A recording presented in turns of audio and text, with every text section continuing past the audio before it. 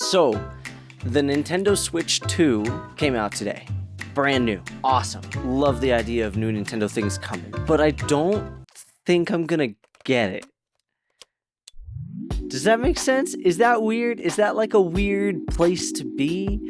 Because it feels weird, and I'm not 100% sure what I'm gonna do. You know, I've never been in this kind of spot before. All my life, I've been a huge Nintendo fan. Huge. Animal Crossing and Zelda basically taught me how to read. I was raised basically on Super Nintendo, 64, Game Boy Color, Game Boy Advance, and I remember when my older brother got a GameCube. I remember playing Animal Crossing and not knowing why this angry mole man was upset with me when I started the game. I remember all these things. A lot of my earliest memories are from Nintendo. And right now, with the Switch 2, I think it's time for me to kind of step away. And I'm making this video because I kind of want to know if anybody else out there is in a similar place. You know, all the boxes around me. I'm about to move. I got married and basically restarting my life. Restarting career stuff. Restarting I'm kind of going back home. But anyway, point is, life is moving. And I made a decision a few years ago now, I suppose, that I needed, not just like I should, it was like I needed to consume less and create more. I started streaming video games because I felt like I needed more of a purpose to playing video games other than just playing video games. I feel the need to be productive, and that has only accelerated with getting married. You know, my money is no longer just my money. My money is my spouse's, and sometime soon, hopefully, will be my children's too, you know? That feeling of responsibility leads me to think, is $500 for a new entertainment system worth it?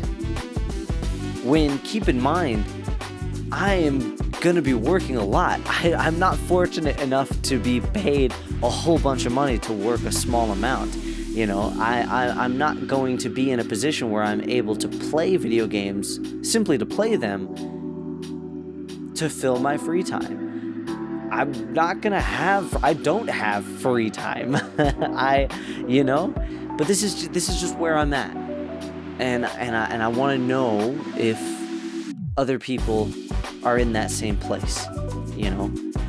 And on top of that, there's this like sneaking feeling that this system and these games are not made for me anymore. You know?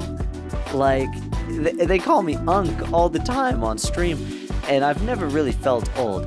But when I was watching the trailers for this new Mario Kart and this new Donkey Kong game coming, I couldn't help but get this feeling that this looks cool.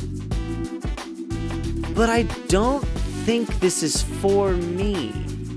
You know, I call me a cynic. I look at this new Mario Kart and I think, that just looks like Forza Horizon with a Mario Kart skin popped on top. I look at this new Donkey Kong and I think, that's not Donkey Kong. That looks like a Minecraft-inspired adventure. There were just all kinds of things that I saw in these most recent directs and things where I was just like, this is awesome. But it feels like Nintendo is copying other things, and I don't like that. And then I zoomed out and I was like, am I an old man sitting on my porch yelling at like the kids having fun on the grass? Like, what am I doing, you know? But that's my feelings.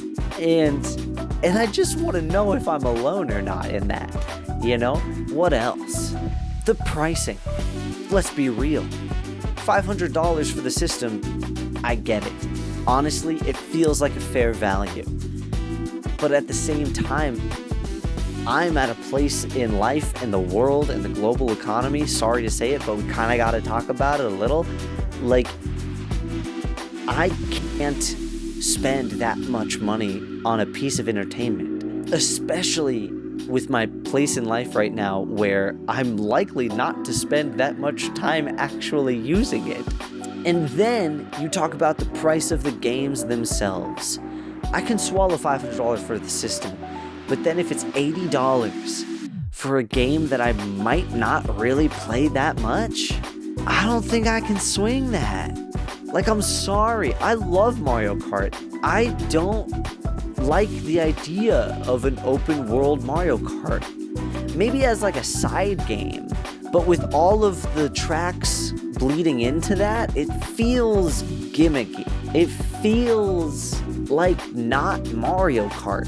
Like, even the fact that they're like, oh, we brought back old tracks, but they're re-inspired. Maybe I'm an old man shaking my cane at the kids having fun, but it's like, we don't get rid of laps. Like, going around a track and then thinking, oh dang, I messed up that turn, or I messed up that speed boost, or I missed that little special thing. I'll get it in the next lap. You know, like, that's an integral part of Mario Kart, I feel like, to me. And then the music, you know? You cross into the third lap, and it ups up the tempo. And it gets more intense. And it's like, oh shoot, I gotta really hurry now. Like, that's so Mario Kart. How do you do that without laps? And the exploration stuff and the multiplayer stuff sounds fun. But I'm like, I don't know, I feel like that should have just been like a side game. Or like maybe you travel to the map, but then like you go to the stadium and then it turns into a lap race or something. I don't know. I'm just spitballing now. I'm ranting. It feels to me like something that I don't want to spend my money on. Especially if I do not physically own the game. I'm sorry. I could buy Street Fighter 2 Turbo and pop it into my Super Nintendo, and it'll work exactly as intended, because the full game was right there. But if I'm buying Mario Kart 8, even if I get the physical cartridge, and that cartridge is literally just a download key, so that I can pull it from the internet and then get it, that's not owning the game. That's getting access to an online thing. And if it's an online thing, it can be shut down. It can be changed. It can be twisted, you know? Like, that's just the nature of the beast. And people don't talk about that with like Fortnite and stuff like that, because Fortnite's free to play. I never bought Fortnite, so I don't have to worry about Fortnite shutting down and like taking everything away. I didn't buy it. I bought a Bulma and a Blanca skin once because I was like, that's sick. You got me. You got me. But I went into that purchase fully understanding that was a gimmick thing I really don't care about, frankly. You know, it's different. Spending $80 on a game that I don't feel like I truly own is wild. Even Pokemon, dude. Pokemon Champions looks like a phenomenal game. Pokemon Stadium 2, one of my favorite games growing up. But I could play Pokemon Champions on my phone. At least that's what the announcement was saying. And that's just me. That's my thoughts. That is where I'm at. And frankly, when Smash 6 gets announced, all of this is probably getting thrown to the wind anyway. The whole video, this whole recording is just a little rant, and I want to put it out there and just see if anybody else is in the same spot, because I'm curious. I also want to feel like I'm not alone, you know? Like, I want this. And this is not like a anti-Nintendo video, okay? I'm here.